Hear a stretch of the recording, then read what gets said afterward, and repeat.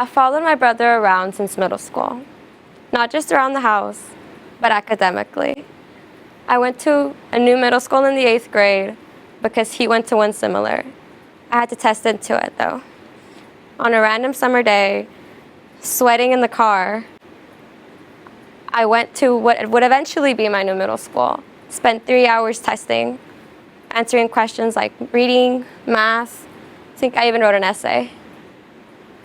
I only came to CMC for a lot of reasons, but also because of his experience here. He always talked about the friends he made, the groups he was part of. I wanted to have that same experience. He even helped me prepare for it. He helped me craft my resume. He helped me come up with ideas for my personal statement. All my achievements up to that point were because of him. However, I felt like I only got into CMC because of his experience, his skills, and maybe even our shared last name. I felt like I had built the house, but only because he held the tools and built it for me. Obviously, the sense of imposter syndrome troubled me my first year here. I felt like I didn't belong, that other people belonged here more than I did. However, I really do want to make it clear that my brother doesn't feel this way at all. He is supportive, and he motivates me as much as he can. He tells me to constantly apply to internships, fellowships, to pursue any goal that I want. Instead of holding the tools for me, he cleaned and polished the tools that I already had. He helped me funnel my experience and focus my attention to areas that would be a really great fit for me. It was still hard to differentiate his help versus my effort, which honestly shouldn't be the case, considering I've done a lot without his help here. I managed to get a job on campus. I was able to write tons of papers for class, my personal statement for college included, and I even got the chance to give this talk. Regardless, the imposter syndrome followed me around and halted my confidence. I am my family's middle child, but I'm also the eldest daughter, which entails several responsibilities. Emotional ones, like taking care of my family and maintaining peace between my siblings and I, and domestic ones, like general upkeep of the house. This led to a very fierce self-reliance, where I felt like I had to do everything on my own. I had to take care of everyone, always be prepared, always available, never faltering. I wanted to be helpful like my brother, but nurturing like my mom. Unsurprisingly, I haven't been able to do both, at least not without the help of my family. I've always had the support of my family. My dad always told me growing up to focus on my studies so that hopefully one day my siblings and I could provide for him and my mom so they could happily retire. He literally provided the roof over my head. My mom, she always took care of me and made sure I was healthy.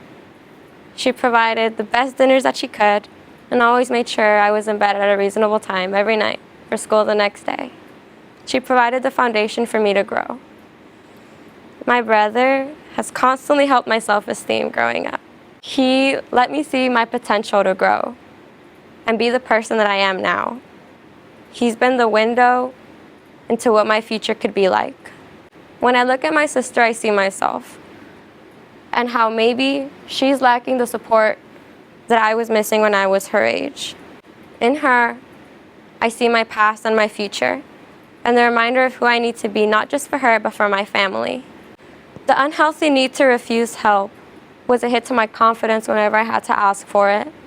I always had a faceless pressure following me. Felt a constant pressure to maintain a brave face and stubbornly refuse any help that was offered to me, regardless of whether I asked or not. I was constantly taught growing up that asking for help is okay. So why has it always been so hard? Maybe it's because my mom never did ask for help. And I wanted to be like her when I grew up.